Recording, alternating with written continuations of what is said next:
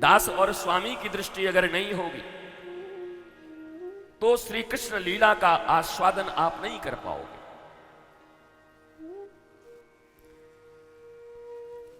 एक आध पंखे भी ले आइए कहीं से, छोटे मोटे चलवा दीजिए, तो जान बचे तो और 2 घंटा कथा कर दूंगा। अब हम वो नीचे थोड़े ही आके बोलेंगे, हमें जो बोलना है वो व्यास पीठे ही से बोलेंगे।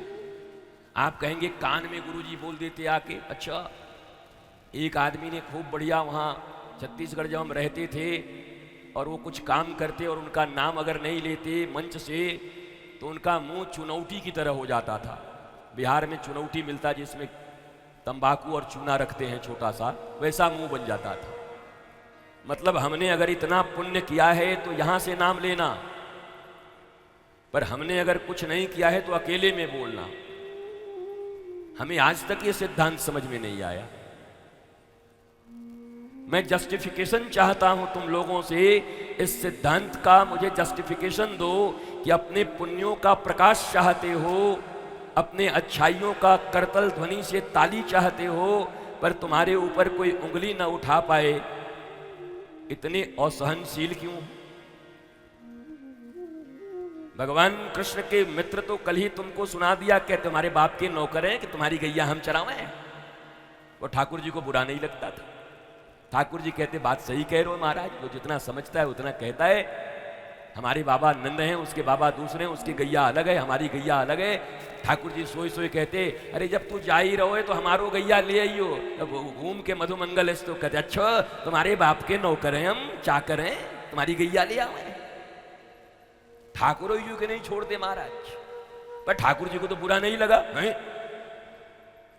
सच्चिदानंद रूपाय विश्वोत्पत्त्यादि हेतवे तापत्रय विनाशाय श्री कृष्णाय वयं नमः। तुम मुझे जानता नहीं, मैं तीनों तापों का विनाश करने वाला हूं, कृष्ण हूं।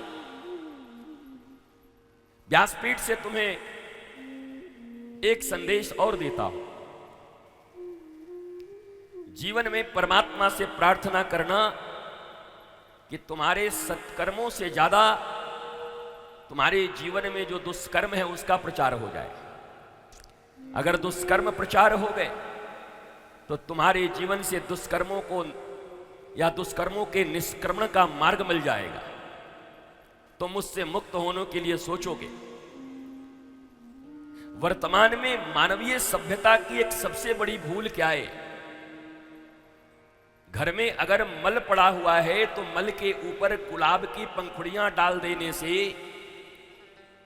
और इत्र छिड़क देने से बात नहीं बनेगी।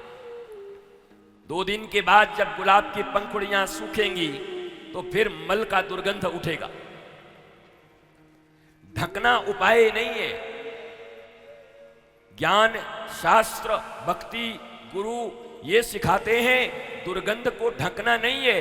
दुर्गंध जहां से उठी है उस स्थान को पहचान करके दुर्गंध के स्रोत को रोक देना है। पाप होने की प्रवृत्ति मिटानी है। पापों को छुपाने से दुनिया में कुछ नहीं होगा। पाप क्यों हुआ ये अगर जान जाएं तो जीवन में पाप से मुक्त हो जाएंगे, पर नहीं करते। सारे बड़े बड़े लोग बस इसी में लगे, महाराज हमारा बड़ा कलंक हो गया है। कलंक कैसे मिटेगा? कलंक छुपा दीजिए।